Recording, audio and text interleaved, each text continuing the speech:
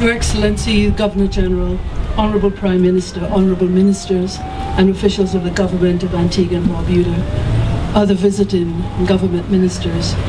global health principals and associates, OECS ambassadors,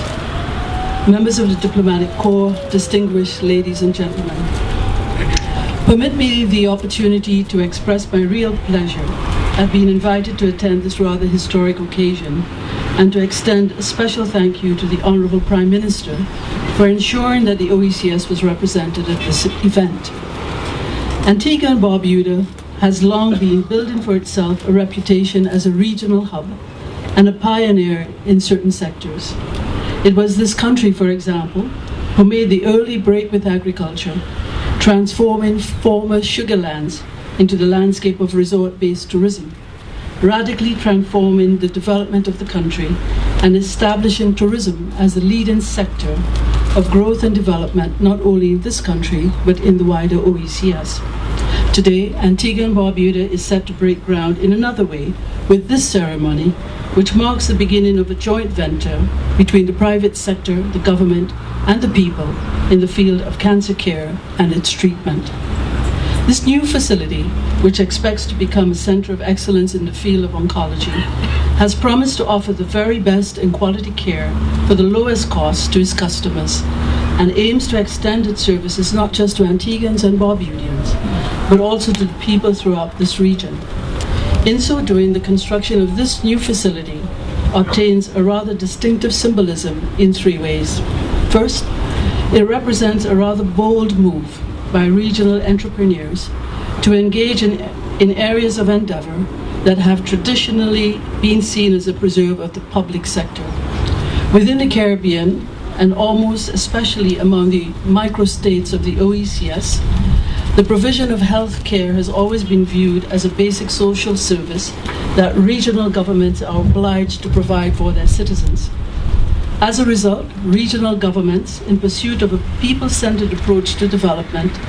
have always done their utmost to shoulder this responsibility and ensure the availability of and accessibility of quality health care within the means available. Additionally, the levels of investment or quantum of resources that are typically required in order to make possible the delivery of healthcare services are generally viewed as being in the realm of government and not within the means of the private sector. However, the respective roles of the public and private sectors here in the OECS, as well as the perceptions of those roles, have been shifting over the years. In the process, both sectors have acquired the maturity which has allowed the private sector to participate in the development process via investments in the provision of social services, particularly in the field of health. Indeed, this maturity which I speak of has made it possible for both public and private sectors to realize the potential that exists in partnering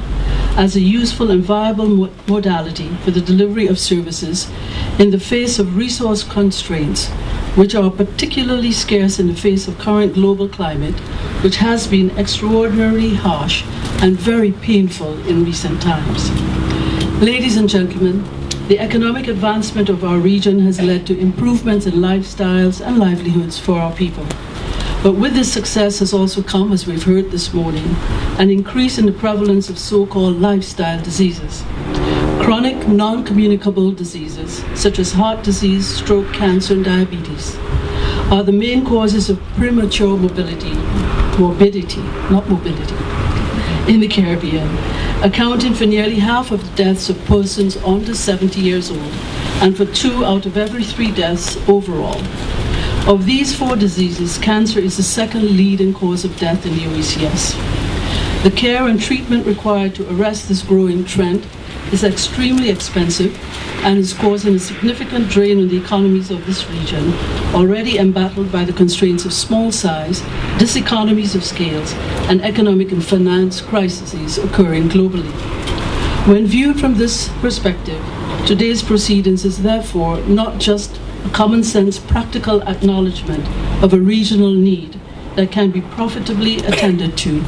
It is also about inclusive economics, in that through a close collaboration between the private sector and the government. It allows for success and sustainability in the business aspects of this venture, and at the same time allows for the needs of the most vulnerable within our societies to be met at the lowest cost. The second symbolism of this venture is recognition of the tremendous opportunities which the establishment of the OECS Economic Union provides for the growth of a thriving private sector within this region. With the signing of the revised Treaty of Basse-Terre on June 18, 2010, the member states of the Organization of Eastern Caribbean States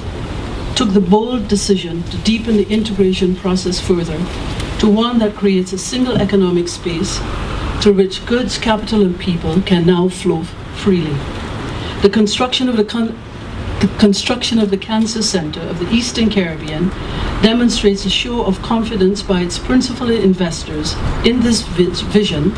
and their eagerness to be among the first to take full advantage of the economies of scale and size of market that makes it now possible for an economic venture such as this to realize its full potential. The benefits of this should, we expect, spill over to affect the consumer, who will be able to access quality care and treatment at the best possible price without ever having to leave this region. I congratulate you on this achievement, Antigua and Prime Minister. Third, and perhaps most importantly, it is that when this building is finally standing, it will serve as a beacon and shining example to all other OECS entrepreneurs of the real potential that exists within the OECS Economic Union area. It is my hope that they too will participate in the realization of this potential, and in so doing translate the promise of the OECS Economic Union into something which is living and tangible and contributes meaningfully to the social and economic development of this region. Allow me in closing to offer my very best wishes on behalf of the OECS Authority for a successful completion of this project and the full realization of its benefits for the people of Antigua and Barbuda and, of course, the citizens of the OECS. I thank you.